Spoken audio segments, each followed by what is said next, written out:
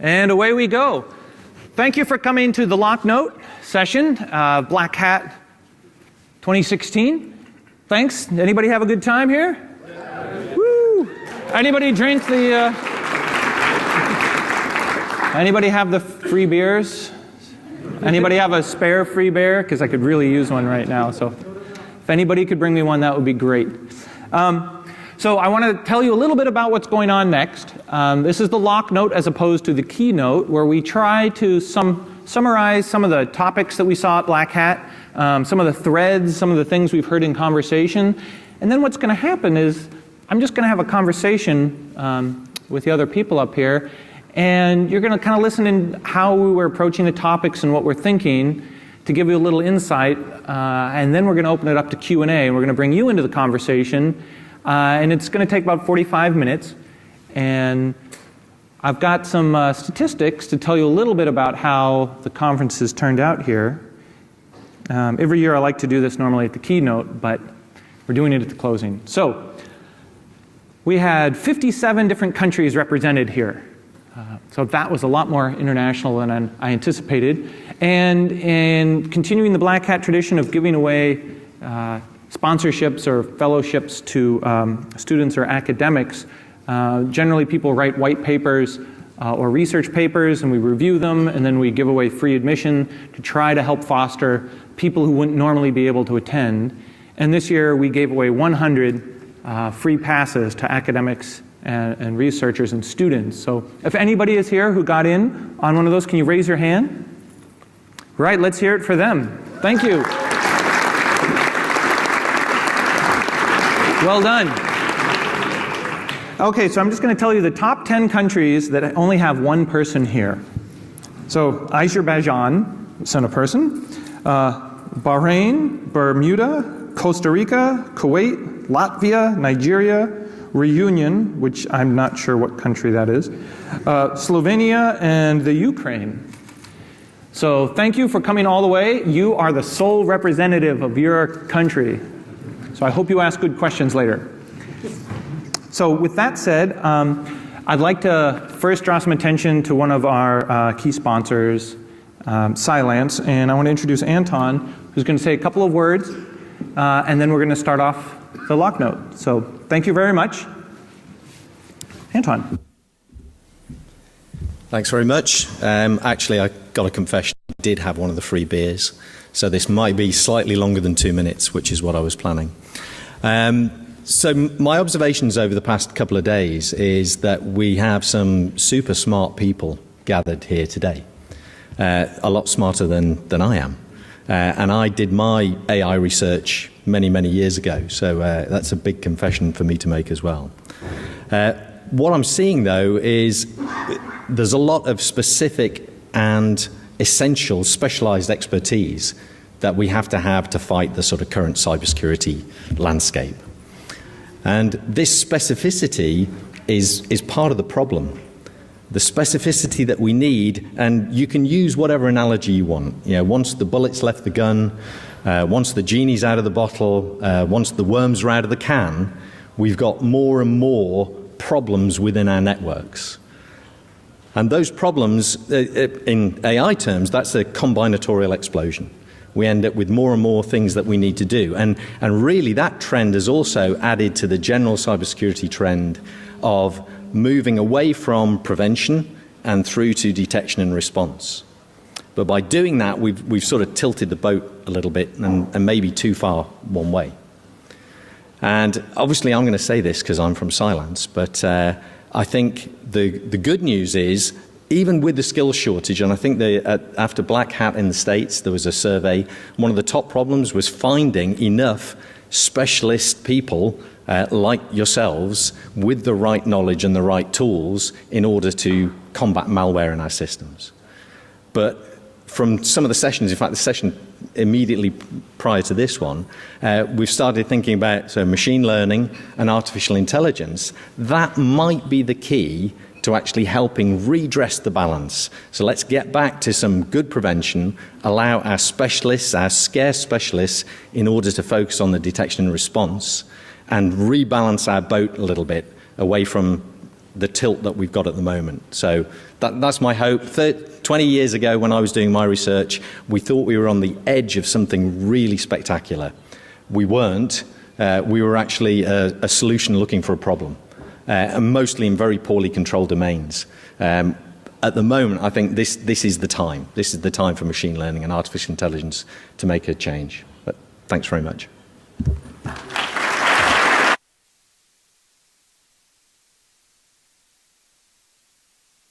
Introduce the panelists up here on my right, starting from my right. What's that? Stage right? Your left. Daniel Cuthbert. We have Sharon Conheady, myself, Jeff Moss, and Chris Wysopal. And we're going to talk about, I've got a question in mind for each one of us specifically, but then we're going to just have a conversation. I'm going to start with a question with Daniel, on the IP bill, or the Snoopers charter here in the UK, and it seems to be a reflection of what's happening in a lot of countries, whether it's China, Australia, the United States. This sort of anxiety by government that it's getting away from them, right? They can't get their hands around this new type of cybercrime, espionage, whatever it is. They're feeling like existing tools aren't working for them. They need new capabilities, right? Whether this is the FBI being stressed out about going dark, or the Apple iPhone. And so legislators are rushing to give new powers, new tools to law enforcement. And some of the questions are, is it the right tool for the job? Is it that the expectation from law enforcement is wrong? It's that law enforcement wants it to be easy. We want the answers to land in our lap in a clearly formatted XML file. And they don't want to have to do the legwork? Or is this like legitimate concern, and these are sort of the time's call for these solutions? So you're much more up to speed on the specifics in the UK, but I think this is a larger problem, isn't it? It is. I mean, the IP bill has a lot of emotion around it. 25 years ago, hacking, you'd never expect it to be in the 6 o'clock news. And it kind of changed with TalkTalk. When you had the big boss of TalkTalk on the BBC News at 6 o'clock, because they were breached, this is now in the public eye. And I think there's two camps that are taking abuse of this. There's the criminality, and we've seen it with what's happening in Russia, criminality as a service. Taking abuse of what? Abusing the fact that law enforcement just don't have these capabilities. Right. Okay. We saw that with the ransomware.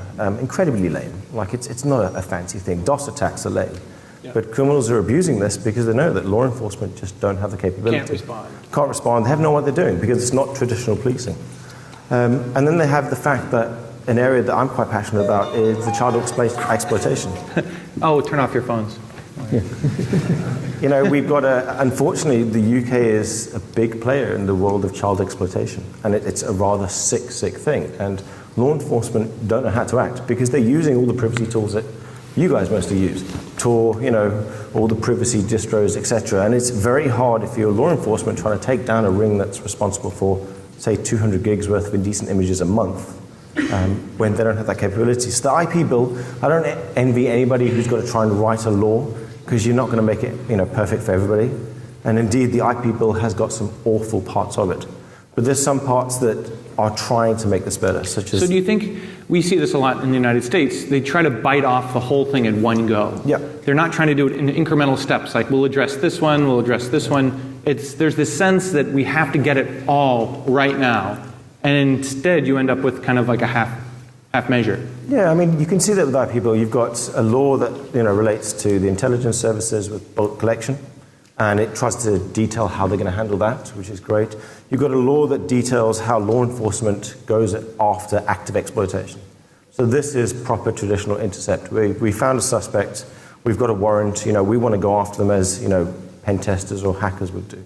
But then it's also got laws that say, well, the internet connections record. We want ISPs to store metadata. As we saw with Dave's talk, like metadata is seemingly harmless until you start joining the dots. So it's a law that's trying to appease everybody, and I think that's where the problems start to lie. It's very, very vague. Yeah. So then as technologists, I mean, where our intersection is if this law passes in the UK, how does that impact us? So does it impact makers of tools? Does all of a sudden you can't run Tor anymore? I mean, how does it impact our community? So it's interesting that one of the key things that a lot of the press centered on was the fact that the backdooring of encryption. And the law went through changes, and it's now past the third time, so it's about to be made law. And what the encryption part says was a company that builds encryption should try and help the police if there's a warrant, and they've got the it's like oversight. a best efforts kind of best effort. Yeah. But what a lot of people are reading is that it doesn't mean you have to backdoor the encryption. It means if you've got the capability, if you've got an encrypted database and you've got the key, try and help them unlock that. It's not put a backdoor on everything. Indeed, the law's vague, and I think a lot of people are reading into that too much. Yeah. And so then, do you think that's going to change? I've heard some complaints from ISPs where they say it's going to be so expensive, we're going to have to store so much data. And once you start aggregating that data, it's like now you're putting all your eggs in one basket. Now the economies of scale that would be a really tempting target. I mean, imagine if you're an investigative reporter, or in the United States, it would be, let's say you're in a lawsuit, a divorce, a messy divorce with your wife. They perform discovery because they're trying to find out if you're cheating or you have hidden money somewhere. Well, now you go to your ISP and you can get the browsing history of your wife or your husband for the last 5 years.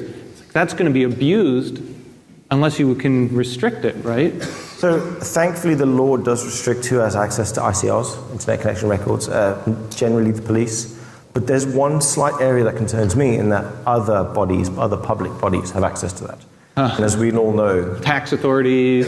there's a whole list, and it's really worrying because traditionally these bodies have not been very good at securing stuff. And as an industry, we really suck at making stuff secure.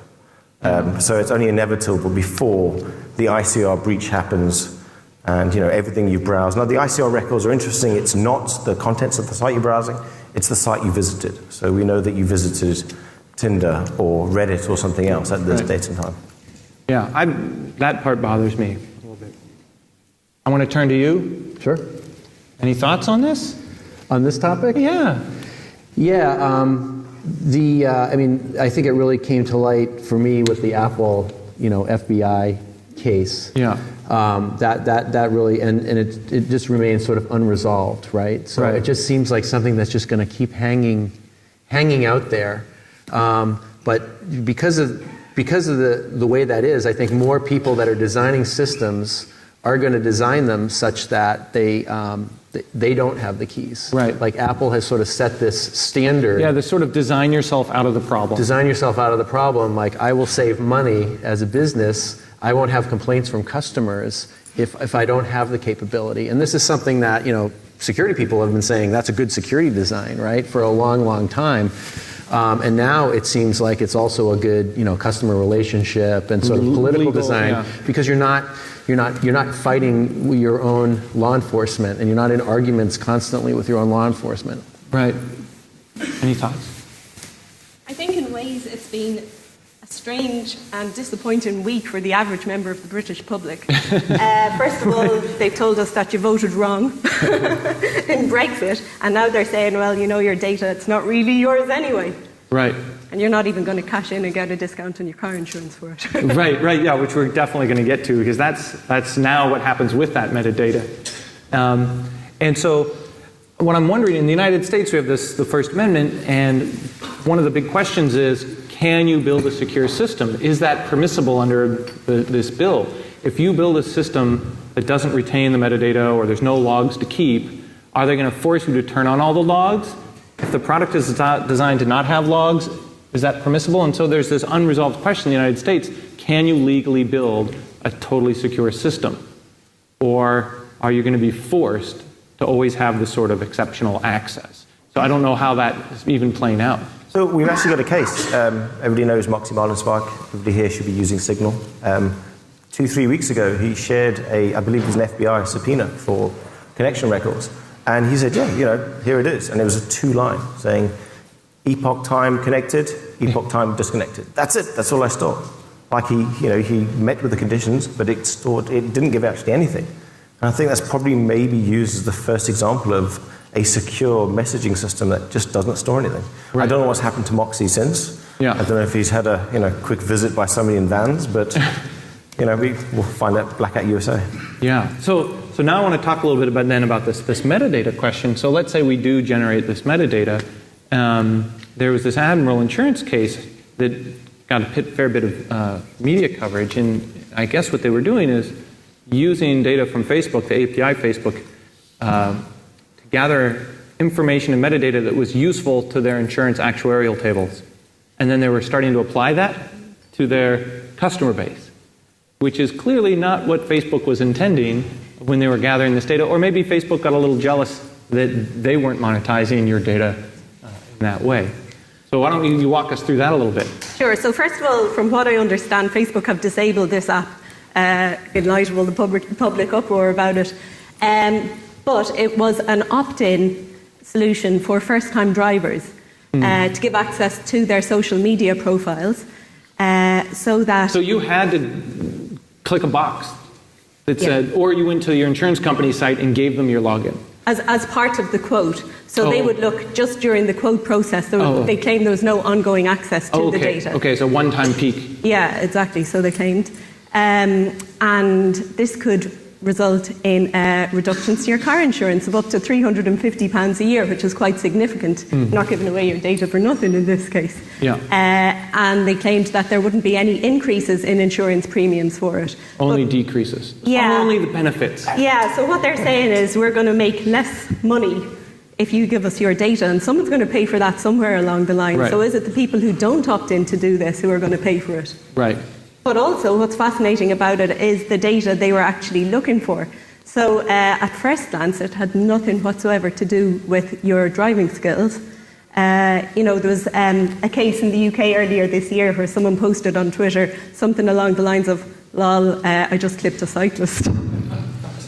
Oh, whoops. Yeah. So if they were collecting that kind of data, you could nearly understand it. But they are looking at personality traits that correspond to safe drivers.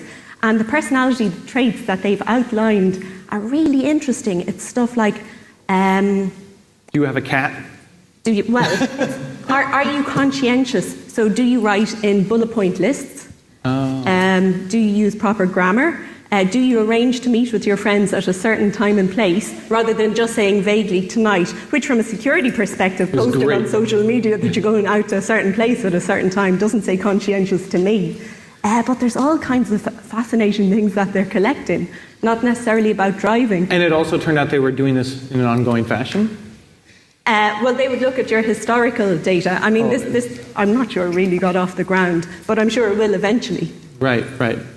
So it reminds me of back in the United States, Netflix, years ago, released a set of anonymized data of like viewer behavior, and then I think AOL did that, and Comcast, and a lot of these companies were trying to do the right thing, sharing large data sets with the community, with the public, and then academic community and other people would analyze it and use it for some public good.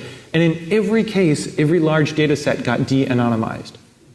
And so it brings up this question of, can we even share this data for public good without it getting de-anonymized or becoming so anonymous that it's essentially useless? And I've heard people talk about putting data into giant pools.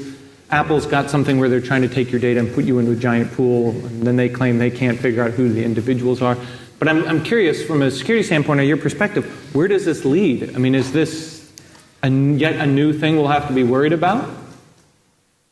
Yeah, I think absolutely it is. And I've been to several talks at Black Hat Europe over the last couple of days that have talked about the importance of metadata. Yeah. And I love the example that several talks have given about the Uber Ride of Glory, which has been a brilliant example of how Uber is using the information, what kind of great information you can get from that. And yeah, I worry about what information we're giving away on a day-to-day basis as we become increasingly more connected. And people just aren't really that worried about it if they're going to save £350. And I'm curious, do you have any thoughts on this? On the metadata issue? Yeah, because I'm really curious that, like security, you don't feel the pain of your decisions quickly. Like, we'll touch the hot plate, immediate feedback. Yeah. But how would you ever know that that post you made on Facebook 6 months ago just cost you 20 quid? Like, you can't connect the action with the consequence, and so therefore, to our brains, it doesn't exist.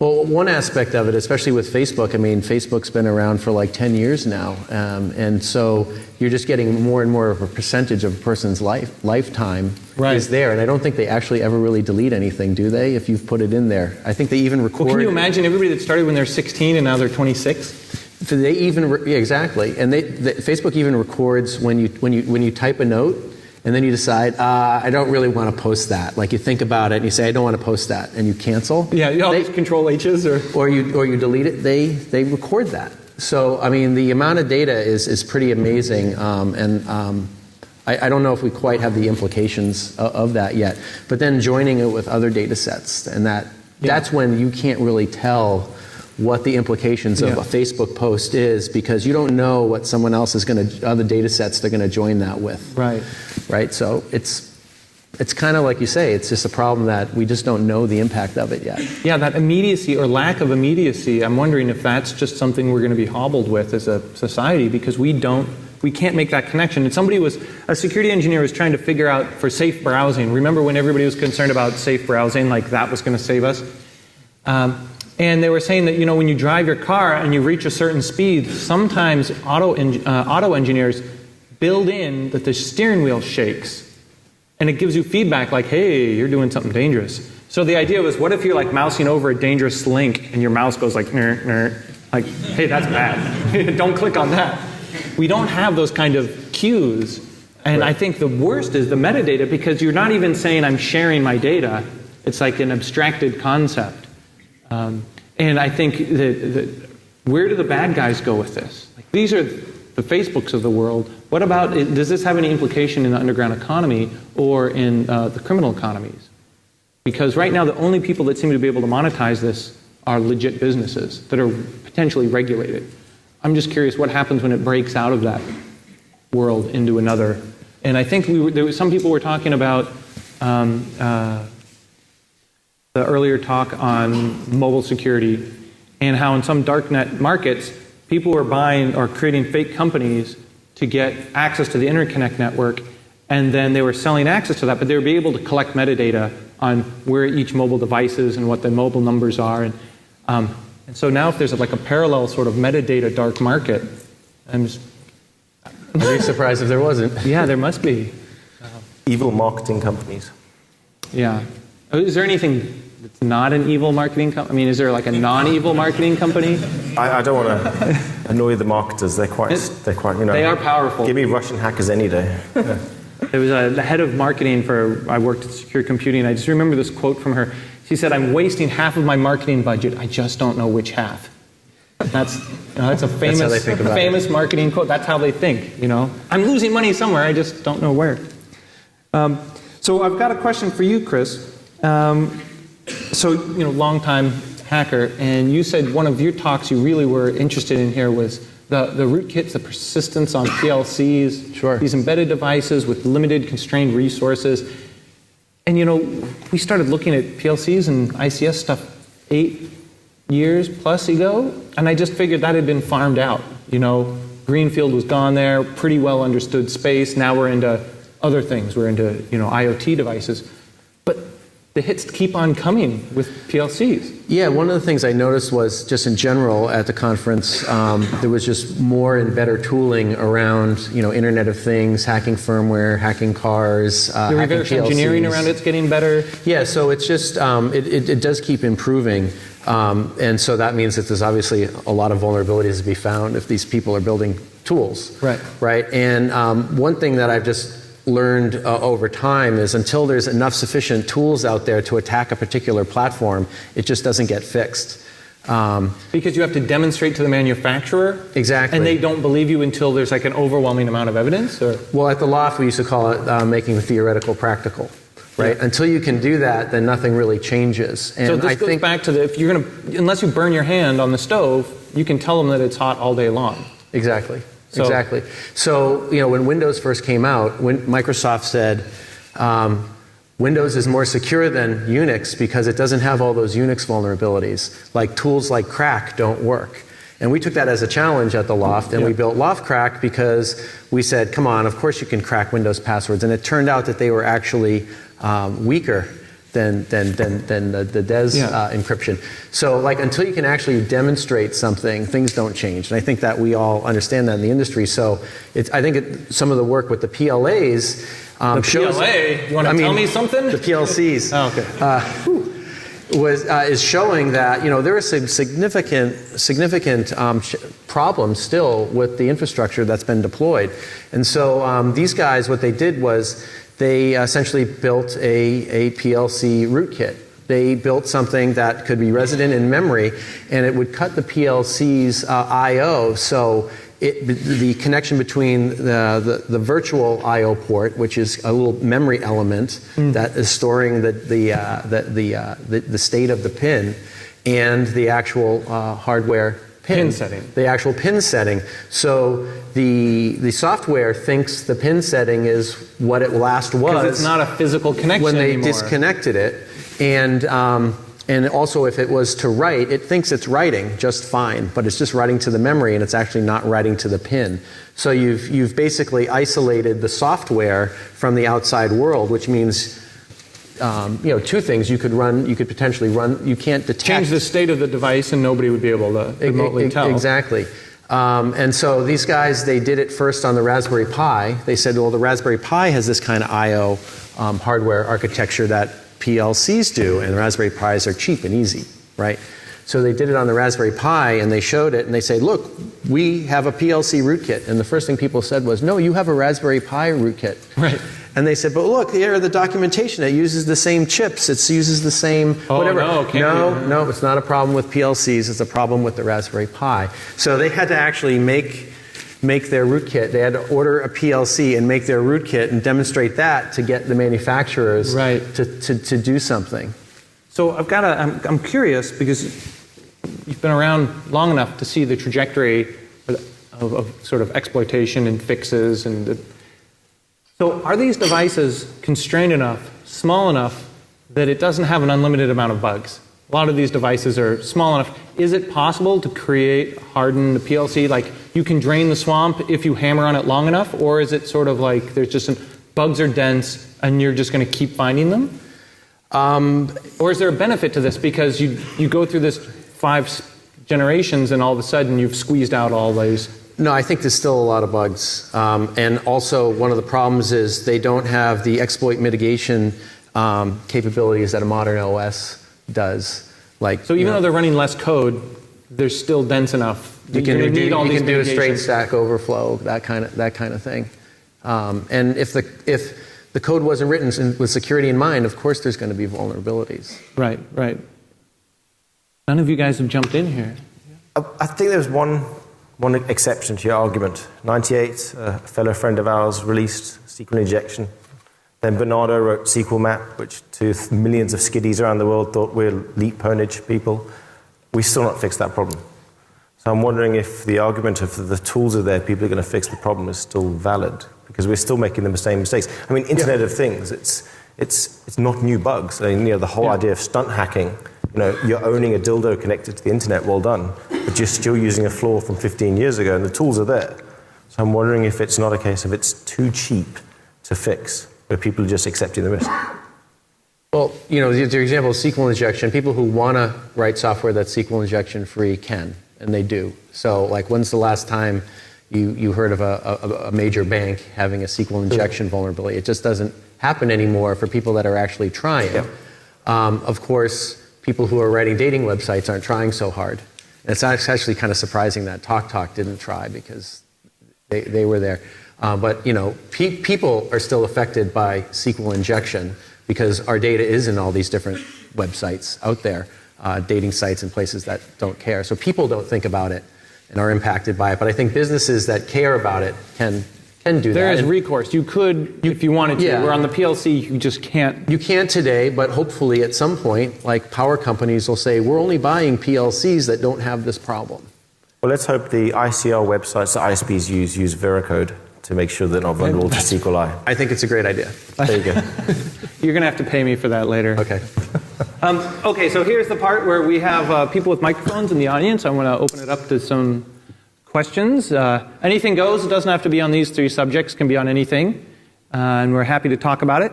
And if we don't get any questions, then we're going to just keep talking amongst ourselves. So if you have a question, please stand up or raise your hand, and we'll get you a microphone. I'm blinded, so I can't tell what's going on. Go. Oh, okay, fantastic. Oh. Hi, a general question. With the hacks that we've seen attributed to Russia of the DNC amongst other organizations. This is old school stuff, as in very simple. What do we do about this? Do we need to get rid of email? Any reaction to the fact that theoretically elections are being influenced by the breach of very easy to use but easy to hack tools? Yeah, I mean, one of my fears with the election hacking is that even though like the voting machines might be physically separated, that the election tabulation and management systems where they take the memory cards and put it, those are separated. If you look at the what makes up an election management system, it's like an Oracle database, some Windows workstations, it's common business computing stuff. And that all needs to be patched and upgraded and managed, and data has to be brought back and forth on removable media, right? So I think the same kind of air gap jumping that happened in Stuxnet is very possible to happen with election management systems, and that's also not that sophisticated either. I mean, I saw it on Mr. Robot, right? So it's easy to do. Well, and it's interesting too what you said about basic techniques. I mean, that's perfect MO of some of the nation-state actors. Only use the least amount of effort necessary to achieve your aims. Why reveal you have a greater capability when the most basic will work? And keep doing the most basic until it gets fixed. Why reveal anything more about your capability? And by keeping it a low level, it's more deniable. Look, anybody can do this. Why are you, signaling out us, poor Russians?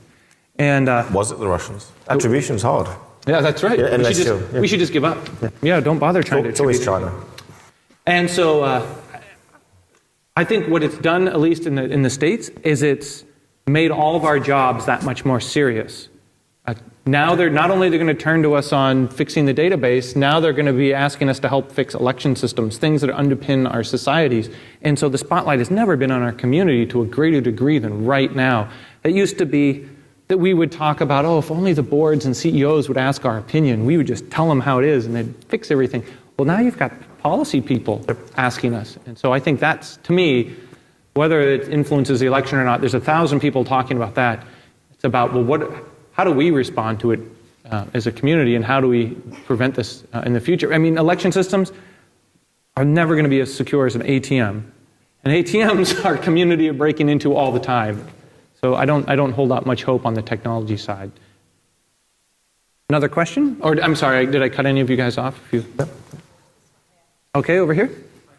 I want to return back a little bit to the PLCs and industrial controls in general, because I think there's a difference there between other types of systems, because PLCs have such a long life. You mentioned 8 years ago, we started 8 years ago to look into their security. You are only half through the life of a PLC deployed in a factory. How do we solve that problem? Because let's think about it. If we create PLCs now with new defenses, new mitigations, and so forth, can we say that they won't be vulnerable to something 10 years from now, some new techniques that will be developed in the meantime? How do we solve that problem, even if we create... Let me summarize I'll summarize the question for people who couldn't hear it. So it's essentially, PLCs are different than normal computing devices because they have such a long lifespan, 8 years, 10 years plus. And we see this now starting with the Internet of Things. It's like the long tail problem. I've heard it in Washington, D.C. referred to as the ladder problem, where you actually need to get a ladder out to get to the device to try to fix it. And so by show of hands here, how many people have replaced their phone in the last 3 years? Right? How many people have replaced your smoke detector in the last 3 years? Right? The average lifespan of a smoke detector is about a decade.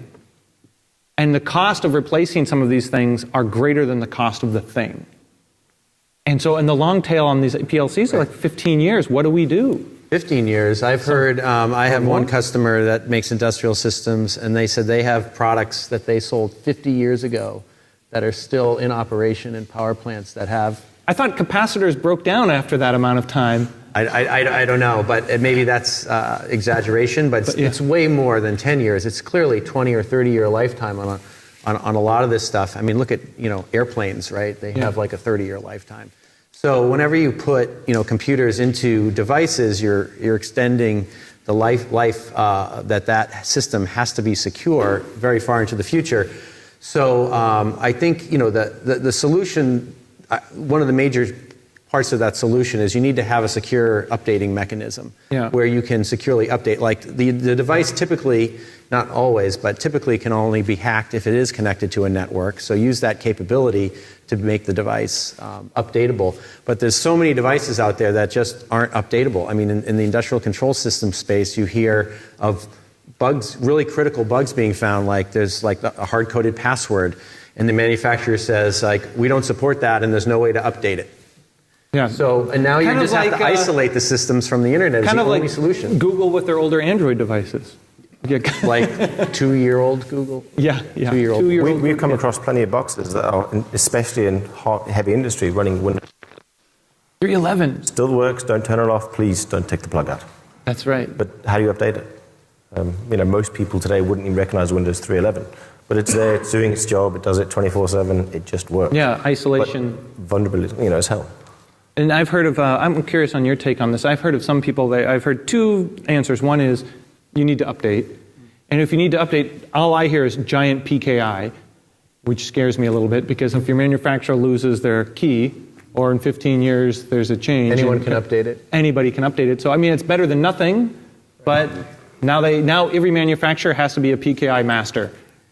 Yeah, so I said secure update and kind of glossed over how hard that part is. So that sounds super scary. And then the other one is like on the latest giant denial of service attack, when there were these IP cameras, people have been talking about, we'll rate limit. So even if the machines are compromised, they can only do a limited amount of harm.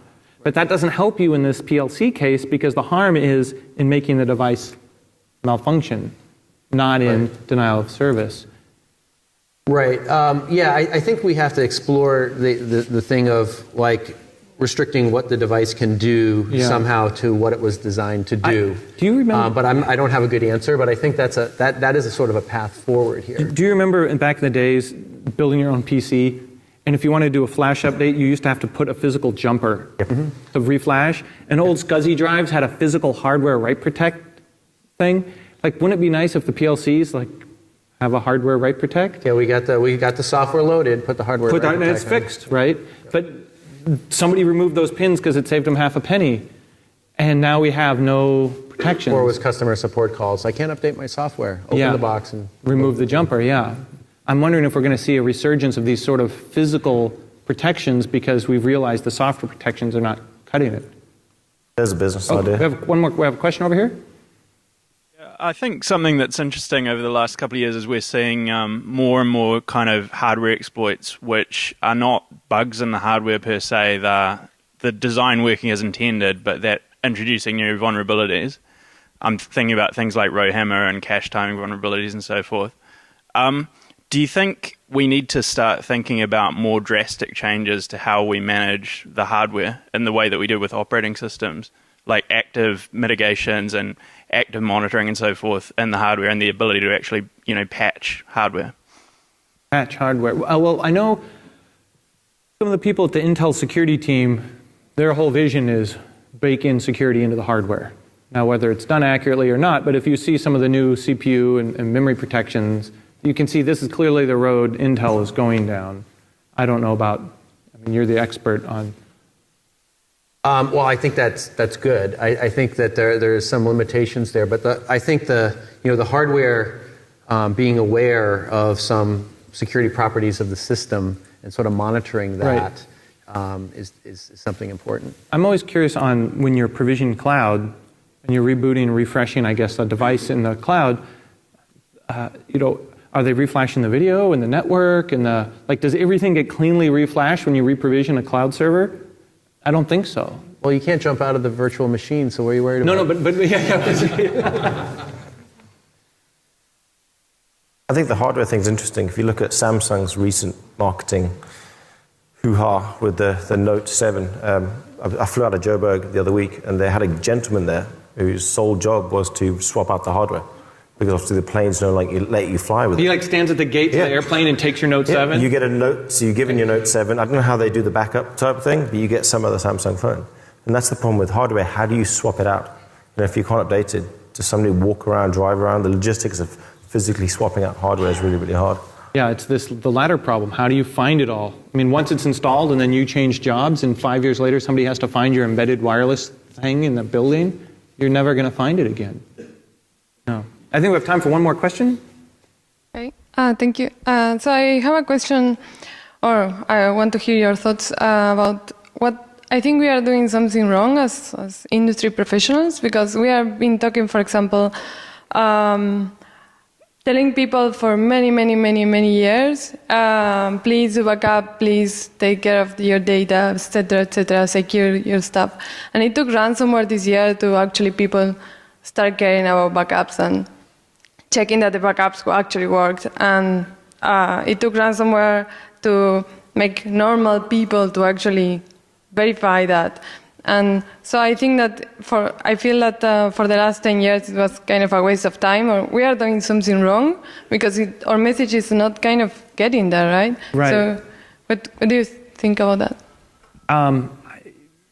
Originally, for a brief period in time, I thought that end user education was the key, and now I've given up on it. I mean, Stop, Think, Connect, or whatever, one of the logos in the United States to try to raise security awareness. I don't think that's going to work. I've used like the FishMe type services to try to educate you. I love that, but I don't think in the end it's going to really make much of a difference. Like, my mom should not be a computer security expert to use her computer. She should assume, like when she gets in a car, a highly technical, sophisticated piece of machinery, she just assumes it's going to work. She's purchased it. She's a consumer. The computer should be safe. And I think that's the kind of environment we should be striving for, not teaching you like everything else in life works one way, but when you get near a computer, it's completely different. I don't know if that's unrealistic in my thinking, but that's where I've gone. I think that that's the. I actually learned when I gave a talk in Chile that the word for security and safety is the same in Spanish.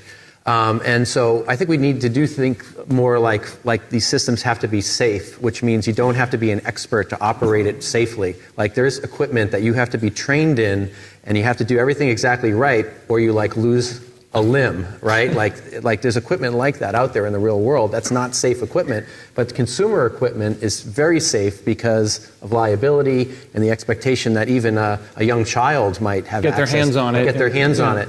So I think that's how we have to think about, computer technology. You almost need in the UK, you've got the kite logo. That means it's been tested a toaster. If I touch the toaster, I don't want to get shocked. That's pretty basic. It's early morning, I'm not awake. We need the same for a device. And we were talking about this with our phones. Right. You buy an iPhone or a Google Pixel, and you accept that you're paying £800 or whatever. You almost need a food standards type thing. This phone does this, sends this data out to these places, so you're more aware. Okay, you know what you're buying. Yeah, you know what you're buying. Yeah, I'm really curious on the acceptance of risk, I guess, and expecting my mom to know all the risks she's accepting when she clicks on a link is unrealistic. And so I think we should approach it in a different, maybe more simplified way. And I think what's going to happen is, you touched on the liability. I think what's going to happen with Internet of Things, all of this computing infrastructure, cars, PLCs, it is at arm's distance from the average consumer. To them, the closest they get to the technology is maybe a phone in their hands where they're interacting, or maybe a laptop. Now, with the Internet of Things, it's going to be in there. It's going to be everywhere. And when those things start malfunctioning and start causing harm, I don't think the consumers are going to be down with the shrink-wrap software license and being told that they accept the risk of this internet toaster burning down their house. And that's the difference, is the technology is not at arm's distance. It's intertwined with their life now. And that's, I think, going to be another huge challenge for us as a community, because as soon as those toasters start burning down houses, we're going to have to start explaining it, and legislators, government's going to want to, quote-unquote, solve the problem. And if industry can't solve it, which I'm uncomfortable, I don't think they can, because bullets out of the gun, so to speak, that means we're going to have to learn when we touch the hot plate. And that's really doom and gloom because I don't like regulation, but correct me if I'm wrong, do you think that's the road we're going down? I think we're heading that way, and I think it's inevitable. We kind of failed as an industry. We struggle to build secure, stable, safe things. We've given it a good chance, but need some kind of kick up the arse. Are we going to close it on a kick up the ass? Or? No, I worry about the same thing. Like with medical equipment, do we need someone to die because of ransomware? Right. And so I think things would improve if someone died, but that's a horrible way to why do we have to learn that way as a society? Yeah. Okay, well, thanks very much. We're going to be around for a little bit. I want to thank you for coming out, listening to our Locknote. And if you have any feedback on the conference or you want to get in touch with any of the speakers, just send Black Hat. Send us an email. We'd love to get your feedback. We always are constantly trying to improve. And look forward to seeing you next year. Thank you so much.